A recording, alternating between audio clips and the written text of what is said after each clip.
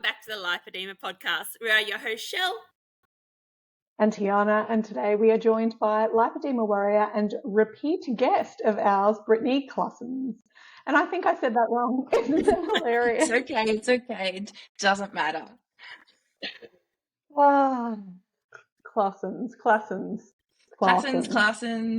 It depends if you're Aussie or you're Dutch. Doesn't matter. Well, we're just happy for you to be here. Yeah, and we're for very sure. excited to hear a little update from you, because last time we spoke to you, I reckon it was about 6 months ago. It was 5 months ago, and you've got. Yeah, it was 2 weeks after my second surgery, and that was in mid-July. There you go. Yeah. Oh my gosh, so much has happened since then. And I can't wait to hear from you about everything. So let's get an update from you about where you are up to with your lipedema management. Okay, so since when I saw you, as I said, I was just recovering from my second surgery, which was like my lower legs. I've since had my third surgery, which was my arm. So I got my upper arm and my forearms done, which again was an experience. And I am now preparing for my fourth and final, hopefully, which is in November.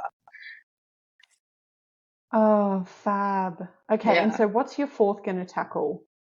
The backs of my thighs. Okay. Yeah. So you're sort of splitting up your arms and your legs. Can you talk us through that decision making? I just think because I had such large volumes from both of my leg surgeries, my legs needed a break. Like, I had 2 leg surgeries in the space of maybe even less than 6 months from each other. And there was, as I said, large volumes, and I could tell my legs were starting to get fatigued, and the recovery on my second surgery was a lot slower than my first. And I just felt like I still wanted to have a surgery, and arms were always going to be either third or fourth to me anyway. And I just was like, you know what? No. And to be honest, I already spent a lot of money on legs. Arms is a bit cheaper. And so I was like, let's do arms. Nice. And that's really intuitive of you as well, because, you know, I feel like if I put myself in your shoes, I have a plan in my head about how I want the surgeries to go, and to sort of switch it out and do what's best for you, knowing that your recovery was a bit different. That's it's really good that you have that freedom to do that, and you were empowered to do that. Talk us through that second surgery recovery. And you were saying it went a bit longer, it was a bit tougher. I think I've learnt in this progress, and I've learnt myself, but also been told by all my health professionals in this journey, that I am a slow healer. Like, I am just naturally slow. It takes a long time. Even like my first surgery was nearly 18 months ago, and it wasn't until the year mark that it was like, bam, now we're going to reduce heaps. And like, I'm still reducing heaps from that first surgery. And so I had to go through that process of being so frustrated with myself in my calves and not seeing any direct visible progress, even though I look back at pictures now actually and compare, and I'm like, actually there was a lot of progress there. I just was blind. But yeah, I am very slow, and it was really tough on me mentally, because I had like this big vision in my head, but that by this date it will be all good, and like last time it was better, and it just took a big mental toll. And I think when I found out my arm surgery date, it happened so quickly and like so suddenly. It was like I went in for my checkup for my 2-month checkup for my legs, and then all of a sudden I was offered a date, and I was like, and it was in 3 months' time, and I was like, oh, I can't do legs again. I can't. But I don't want to lose this date. You know how it is. And so I was like, well, I don't think I can mentally prepare myself to go through legs again. So, and everyone says that arms heal quicker. So I was like, I need something positive. So I was like, let's do arms. Nice. Oh, good. And so how are you feeling? So obviously they didn't touch your legs in this arm surgery, but you still go through a traumatic experience. You're still under anesthetic. You are still, going through a lot of stress. So how have your legs handled the arm surgery, if that makes sense? It's interesting. I don't think the anesthetic or the surgery itself really impacted the legs, but what I've found is, because I get MLD every single week, and it used to be solely my legs, even leading up to my arm surgery, it was still predominantly my legs. And when I got my arms done, the legs had to sort of take a big step back for a second. And for the first, I would say, month or a bit of my arms, my therapist didn't even touch my legs. My choice, our choice, together. And one day, and it was stressful for me because I was like, oh, I have to decide if I want arms or legs. And one day you could really feel your legs need it when you miss it after a long time. And so now I had to figure out a balancing act between like 1 week on legs, 1 week on arms, which is good now because I'm nearly 6 months post arms. So, but at the time, the legs really did take a back seat. And I don't think anything necessarily got worse. I just think I visibly noticed more swelling in areas that like were normally drained really quickly. My legs were a lot more tired. But again, I like still wear compression on my legs. Not necessarily, I wear them every single day, not 24 hours. I would say around 18 to 20 hours now. So I was still wearing that. I was still doing that. But yeah, I say definitely when you have both limbs operated on, one of them has to take a back seat, and that's the hard bit, and that's where my legs have had not suffered but have been impacted. Yeah, I'm so glad you mentioned that because the MLD portion didn't even cross my mind. But you're right, because I've noticed swelling in my arms, and I think it's caused by, the stress of having 2 surgeries and just general stress of life. And so I've asked my MLD to cover both.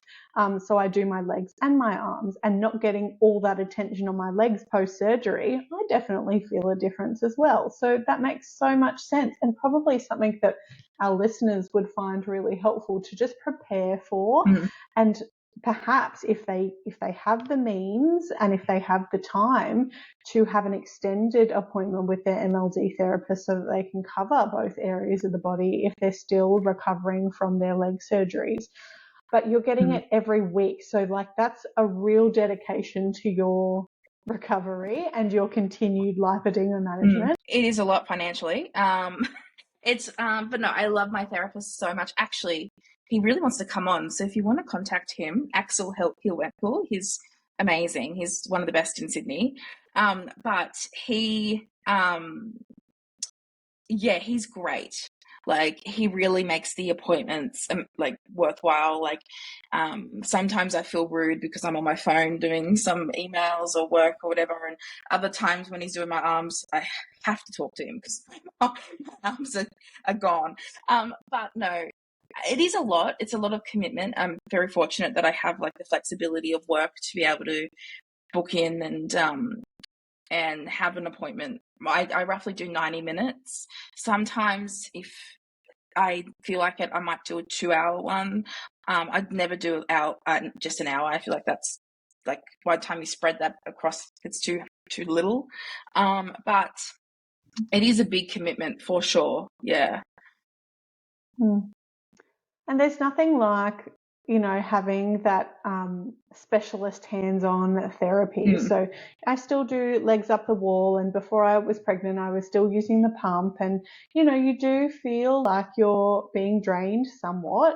You get the gurgles in your tummy, and, you feel a bit lighter and all of that stuff, but going over your body.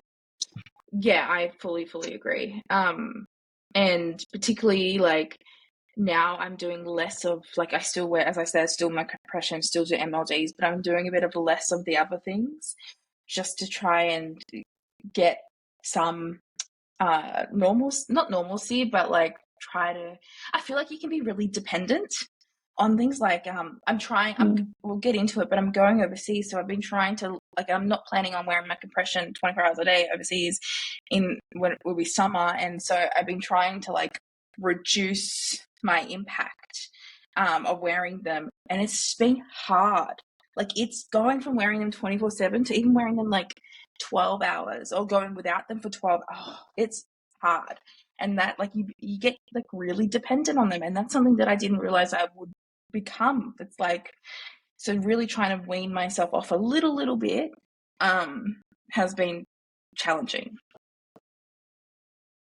Yeah, I wonder about that, and I'd love to get a lymphatic specialist on and remember to ask them this question. But, for people that have had surgery and may, effectively be back to stage 1, I suppose, because a lot of that tissue has been removed, I'm wondering whether it's a disservice to us to continue wearing compression for such long periods of time. Does it then not allow our bodies to remember how to move our lymph properly, or do we have a predisposition to have a broken lymphatic system, and regardless of how much tissue is there or not, do we need that compression support to help us ongoing? I'd love to know, because I feel like when I can't wear my compression all the time now, and I've been taking breaks, and I don't particularly like it. I much prefer wearing my compression, but I wonder if it's this dependency that you're talking about. Even like the other day, I got a new pair of like customs, and like I get a new pair of customs every 6 months because that's what you're supposed to do, because they, like, they wear out. And I was in a bit of pain before I got my new ones, and then when I got them, I put them on, I was like, that's why I've been in pain, because these ones, like, much better. Wow. Like, they're doing the job. Yeah. The other ones weren't even compressing. They were so worn out. They're like, I'm just wearing pants at that point. And then, like, I instantly felt better. And I'm like, damn. Because I'm prepared to wear some form of compression forever, whether it be for an hour a day or 20 hours a day. I am prepared to do that because I do see incredible value in it.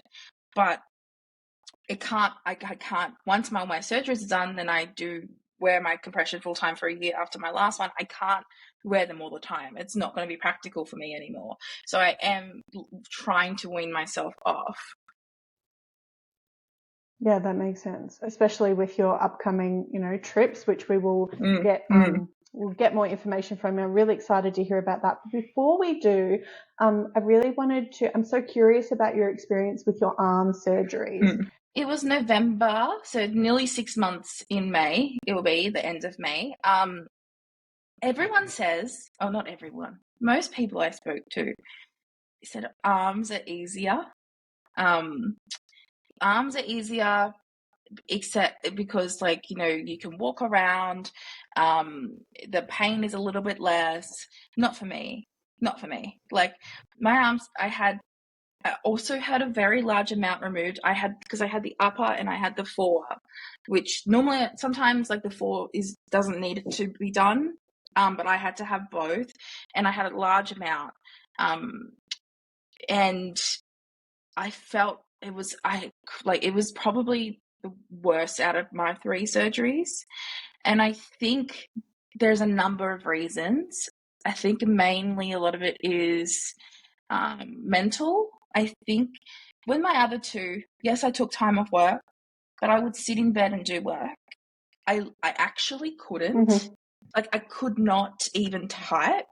And it just I would go to bed, put on a TV show, fall asleep, wake up, rewind the TV show at the same point, fall asleep, wake up, like, for like 2 weeks, like the same thing. And I wasn't doing anything. And my mum had to do everything for me, which she has done for the past other 2 surgeries, but in more so, like couldn't for some point even like go to the toilet by myself. Like, it was horrible. And I felt so useless. And I also had like a lot of swelling in my hands because of that can come. And so then I had to get my hands wrapped, and then I also had to get hands compression, which I never had, like gloves, because the swelling was really bad in my hands. Like, I couldn't even like close them, and they're still like not the best, and I just felt so inadequate. But also the pain it wasn't actually as much bruising. There was bruising, but literally only lasted like a couple of days. But the pain, like, because you can't even lift like your phone hardly, like it was intense, and I felt like I couldn't, like, when you had your legs done, you could go for a walk, even very slowly, very carefully, but you were told to keep going for walks. And whilst that hurt, it felt better because you felt better for doing it because you were moving the limbs that were operated on. With arms, I could go for a walk and go outside and go in nature, and I'd still feel the same. I can't lift anything. I can't move those limbs as much. And also you have to keep them like dead straight. So I was sleeping like either like this or like this or like that. And like, I was just not sleeping. And it was, I just felt like my legs were a lot better and I just didn't have the best time. But in saying that though, I don't regret it. Like it was great. And like my arms really blew up during my first 2 surgeries. Massively so. Blew up immensely. Like I didn't think my arms were that much of a problem before. And now like I think it was the other day, for the first time in like since I was in high school, I wore like a sleeveless dress. And I was like, oh, and like buying clothes now, it's much more obvious than your legs because again, your legs are still in compression. I still am in my arm compression, I would say 99% of the time, except maybe when I go out for dinner or like I go out like to the gym or whatever. But yeah, my arm experience was a bit hectic, but like nothing went wrong. Everything was great, but it was just a lot more intense. Yeah, wow, that's interesting to know because, yeah, I've had the same message that arms are, you know, quote unquote, to be the case. And when it's not, it's probably a big shock to the system. Yeah. Yeah, 100%. And like, I'm glad I've had, like, my mum has, like, her whole family have been amazing. And like, I probably wasn't in my best moods during those 2 weeks of recovery. And even like 2 weeks, within 2 weeks for legs, right? I could go back to work. Yes, I was like still limping and like, but my spirits were high enough. I mentally felt good. With arms though, I think I went back to work too soon. And like, I could have done another 2 weeks. I think I could have done a month, which I didn't have to do for my legs. How did you thought that? So this was a big discussion because before my surgery, I don't know if I should say this. I really do not like Bioflect. I really cannot, particularly the arms. I can't do the arms of Bioflex. And like at that point, it was pretty much my only option because my therapist Axel, he's also a measurer and he's very, very good. He's he measures for Medi. And he because with arm compression, it's different. Like you can't go tight like you can legs because it's closer to the heart. So they do have to be like safe. So he was trying to measure me for ready to wear because that was the safest option. But because my arms were such disproportionate, I couldn't get any ready to wear that would fit my arms. So the options were very limiting. So leading up to the surgery, I wore my Bioflex, but even like my surgeon was like, don't really need to wear it before. Unlike legs, you don't really need to wear your arms before. So I took that and ran with it. I was like, okay. But then afterwards, but afterwards, they supplied my surgeon, Dr. Samaya, he supplied, which you had on recently, which amazing. He supplies the arm compression. And I always thought to myself, I just wear the arm compression because he says you have to wear it for 2 weeks. And I said, I just wear that one and then I'll get to measure customs from Medi or wherever. And I got them and they only come in black, which there's their only downfall. And they're like a suit type of thing, and they Velcro here and they Velcro under the breastbone, and you just wear them like that. And they're uncomfortable at the start, but they actually are. I wouldn't wear any other one because they support you and they don't like do this, but like you can move around, and this gets uncomfortable, and the one under the breast a little bit because it's Velcro and sometimes you can feel it, but like it's much better. It is much better. And then, so I didn't end up going back to any other compression. I just kept ordering new ones of those. And so now I'm on like, because they give you 2 pairs in the surgery, and then I ordered another 2 pairs. And because I kept going down sizes, they've gone down 3 sizes. So now I'm on to probably my last set. But like, yeah, I just kept them. They were like, I think they were called Lipoelastic. And they're American. You can't get them in Australia. You have to order them from America. But they were very good. Very, very good. Awesome. So lipoelastic are the post-op garments that I wore for my legs, and so I was definitely compression. Yeah, and And if there's any skin irritation too, it doesn't irritate your skin because it's nice and flat, isn't it? Like it's all that shiny. Yeah, and the way they're designed is the seam that is more uncomfortable is on the outside. So the inside is completely flat. And the only downside is they only come in black. That's the only downside. Because I had mine in summer. Winter, it wouldn't make a difference. But yeah, I highly recommend. They're very, very good. And they're like pretty cheap. Like, I think they're only like 120 a pair. Like, comparative to compression, like to custom legs, like that is cheap. And I'm like, but yeah, definitely recommend. Really think about time off, what you do for work. If you're heavy lifting, if you are moving your arms a lot, even the slightest movement of the arms, really uncomfortable. If you're bending your arms a lot, because when you bend your arms, particularly if you have your forearm, if you just get your upper arms done, it's not a problem. But if you have your forearms done, the oxygen can't get to there if you're bending. So you have to keep your arms straight. Swelling of the hands, so work is a really big factor. Luckily for me, even I don't have a job where my main job isn't where I'm lifting that much, but still struggled. Support actually is a big one. You need someone to do everything, to be your hands. You need hands, and you need someone to be that hands, whether it's a parent, partner, family member, and they need to be with you. They need to be with you, because there was times in the middle of the night where I had to go to the bathroom and I had to yell out to my mum, or there was times where I literally couldn't even get a cup from the shelf, and my mum had to feed me. And there was a time when my arms were all bandaged, my hands were bandaged, so I actually could not do anything. So you need someone. With legs, you need someone, but you can do things. You can't do things when your arms are done. And that includes driving as well. I know you can't drive with your legs, but driving with the arms done is, I think, a lot harder, because you're using more of the muscles rather than legs when you're just using the ankle.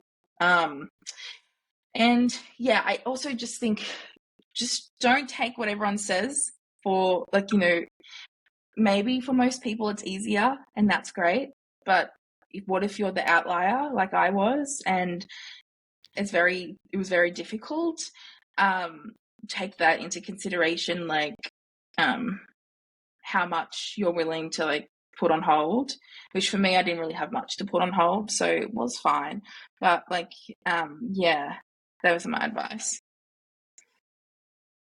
Oh, that's good. And yeah, realistic expectations. I think that's the theme with all surgery, because you really don't know. We're also individuals, so our experience is going to be so different. So yeah, you're absolutely right. Yeah, I think I'd be lost without my arms. Me too. That'd be a hard one. Oh yes, I am. Yes. All right. So you did mention that you have changed your conservative management a little bit, like you're starting to drop some things off. So what have you dropped off? So I haven't really. So I don't really use my pump that often anymore. I find that the compression garments now pretty much do the job. I'm really big into fitness, and I'm getting at the moment currently getting qualified to become a personal trainer. And so I still keep fit, but I used to go pool walking probably every other day, and now I probably go once a week, which Don't tell Axel that, although he'll probably listen. And I, yeah, that's probably the main thing. And like, even like with my compression, currently at this point, I'd wear them 18 to 20 hours a day. But I know in a very short period of time, within a matter of days, it's going to go from 18 to 20 hours a day to just nighttime most of the time. And that's scary to me. But yes, that's what I'm doing. I'm trying to like live the remainder of my 20s as non-lipedema as possible, because I feel like it's been so consuming the past 4 years, and like it gets very tiring, and I get I am very emotionally drained from it. And yeah, that's pretty much what I've been doing. Oh, awesome. And yes, enjoying your 20s, man. Like, I can't imagine, like, as great as it would have been to get this diagnosis in my 20s, I know how consuming it is now. So in my 20s to go, what? You know, be, yes, all that adventure and things you want to do. And speaking of adventure, let's move to your trip. Tell us about your trip. What's going on?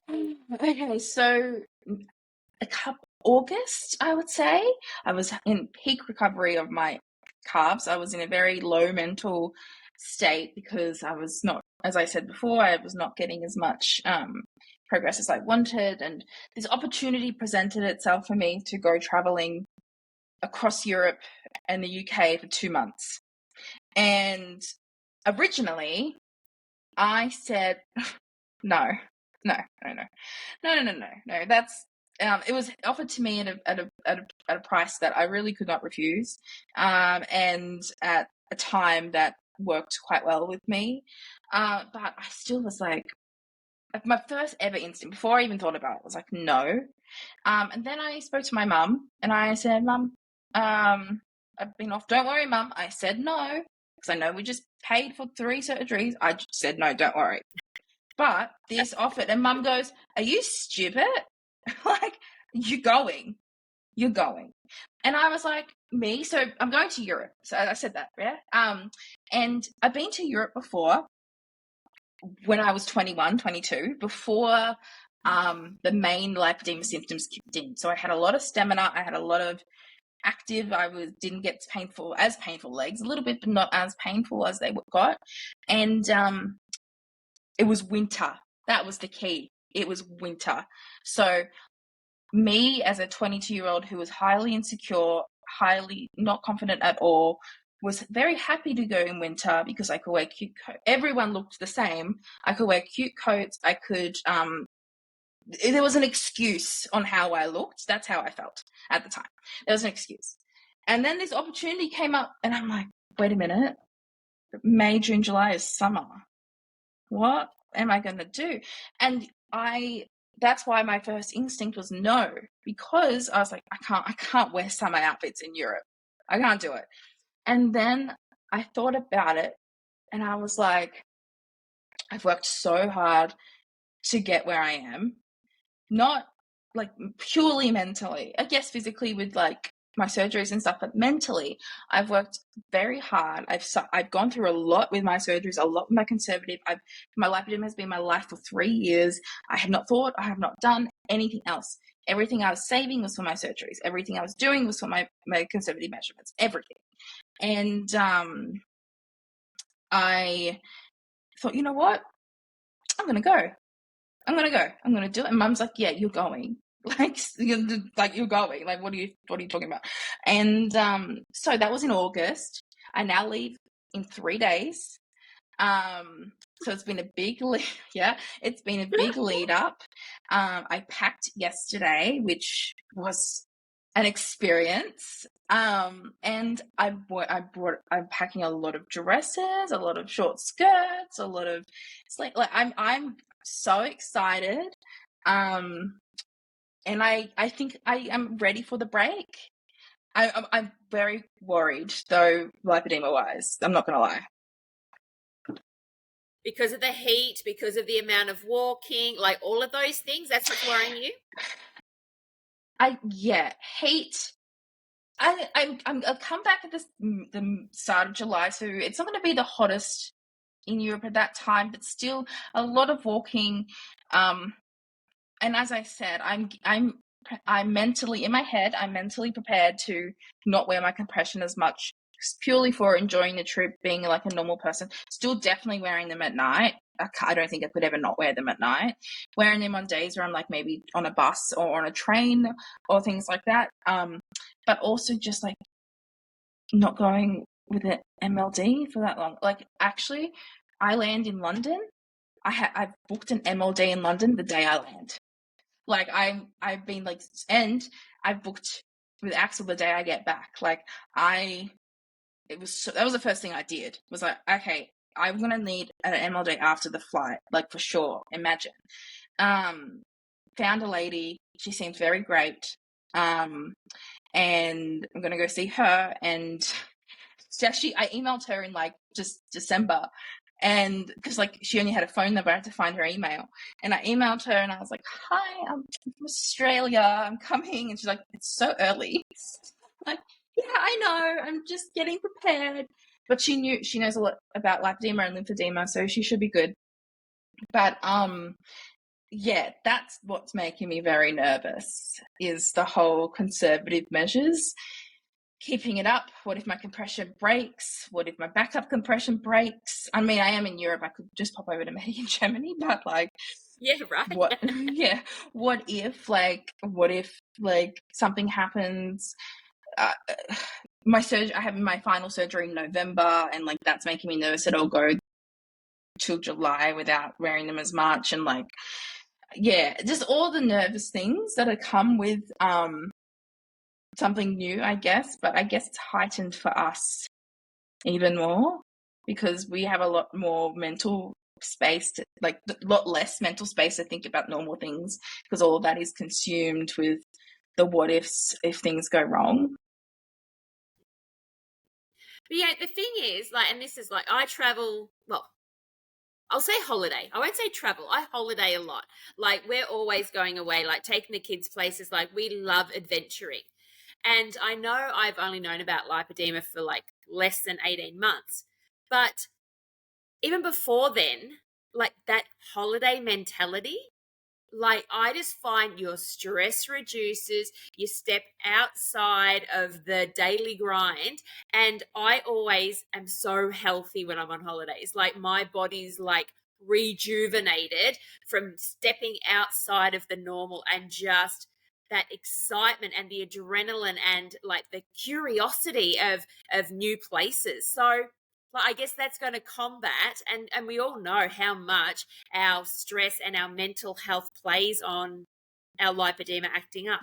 So I think like you've planned your MLD, so you've done amazing doing that. And I think because you've been working on your mental health and your attitude, that I don't think you're going to have any issues at all. No, I don't think realistically, I don't think I'll have many issues. It's just more like, also there'll be a lot of people who like I'll meet for the first time, and that like, you know, when I stay at hostels and things like that, and like, you know, you want to make a good impression, but then like some people you can't explain your whole life story to someone you meet and while you're wearing like, you know, and like it's just, I don't know, it's an overthinking thing. And I know, I'm sure once I get there, I'll be like, oh, who even cares? It's just the build up. And even like what's making me nervous is the plane. Like, I'm not a good flyer in the best of times. I mean, I've only flown overseas once. Like, even domestic, I'm not the best flyer. I get very nervous. But I made sure, like, when I only just got my new pair of compression, I made sure I've never had closed toe once. I made sure it was closed toe, which is actually elite, I've realized. Closed toe, I made sure they were extra tighter, like all the things. You will see me with my arm compression, even maybe my gloves that I got from my arm surgery. Who knows? Like, I'll be head to toe compression. There's like you know, that's what's making me also nervous, is the flying. I probably won't be sleeping because I'll be getting up every hour to walk. But things like that, yeah, definitely. I think you've got it nailed. Like, you just go and enjoy yourself. You've been through 3 surgeries, girl. True. Like, true. you know, do anything. Yeah. You know? Yeah. And I think my body needs the break. I been working a lot on myself, obviously, but through actual work, and it hasn't really stopped. I've gone from work, sick leave, surgery, work, sick leave, surgery, work. I haven't had an actual holiday because all my surgeries have been around Christmas. So yeah, so it'll be good to have actually on holidays instead of just having a holiday. Yeah. So, but also Christmas is the best time, I think, to have the surgery anyway. So I'm not complaining, but I definitely am looking forward to my body having a bit of a mental break. Because the anxiety that you have from all those things, just the tension and the stuff that I've learned a lot about the how anxiety manifests in the physicalities of your body, and it's just crazy. And hopefully I can let that all go, but definitely packing a backup set of compression that still doesn't really fit me because it's too big, but better than nothing, and backup arms, and it probably might even take a pair of Bioflex, who knows, but probably won't wear them, but I'll try. I don't like Bioflex either. That was the first pair I tried. Me too. It made me itchy and awful. Ugh, I did not like them at all. My massage therapist wanted me to wear Bioflex first so I could get some reduction, because he knew that the moment I went into custom, I'd reduce so quickly that it would be a waste of money. So he wanted me to have a little bit of reduction first, and then the reduction with the custom wasn't as fast. So I had to wear Bioflex for a couple of months. Yeah, and it was horrible. It was horrible. I was sweating. It was plasticky. I couldn't. Yeah, I hear you. I'm not a fan. No. All right, Brittany, we're up to our last question. Right. All right. What is one piece of advice you would give to someone who is newly diagnosed? Don't go balls to the wall. Take a moment. I think don't go looking for answers straight away. I know that's so hard because you probably haven't heard of it before or whatever, but I would just take a minute and do some small scale research. I wouldn't ask anyone's opinion at this time because people have so many different opinions. It's very hard to consolidate and make up your own mind with that. I would just sit with it for a bit and only start digging in deep when you're ready. For me, I was ready straight away because I was looking for so long, and I come across the term before, so I knew what it was about. And I had pretty much guessed. I would have been surprised if it wasn't that, which I know it is for a lot of people as well, but just sit with it and it's okay to feel how you feel, but I just think it can consume your life, and it's going to consume your life. So why waiting a week or so or whatever is not going to make any difference.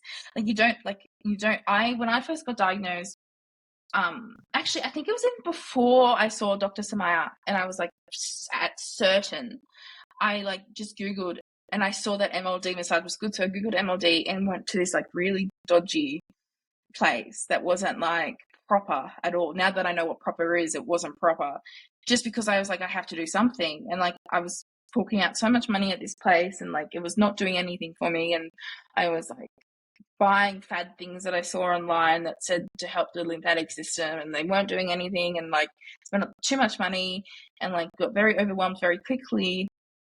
And I just take a minute, take a step back, speak to your family, tell your support network, whoever that is, and just when you're ready, because I feel it can be very overwhelming and it's going to be all consuming anyway. So just, take a breath. Nice. That's great advice. Really great advice. Yeah. You should just sit with it for a minute. A breath. I'm just taking a breath right now, actually. We're taking a breath. That's what I'm doing.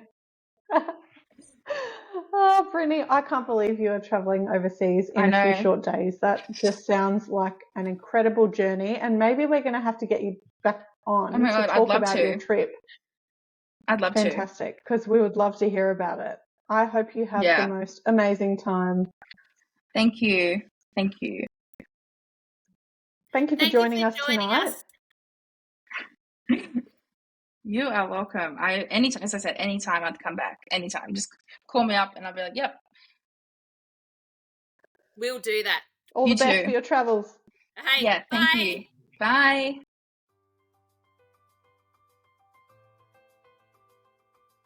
When we started the Lipoedema podcast, we relied on word of mouth and existing connections. Our following has happened organically, and we are so honoured by your support. As we learn more about the world of social media and algorithms, we have a request. When you are listening to our podcast or watching on YouTube, let us know what you think. Hit follow or subscribe. Leave us a comment or write a review. The more engagement we get, the more our message is shared. And the greater our reach to those women suffering in silence. Thank you for listening to the Lipoedema podcast. Lipedema and its symptoms vary from individual to individual. The opinions and advice voiced in this podcast are of a personal nature and used for educational purposes. Please take away from this podcast what resonates with you, and please see your GP or preferred specialist for diagnosis and healthcare. We are Shelley and Tiana from the Lipoedema podcast. Until our next episode, bye for now.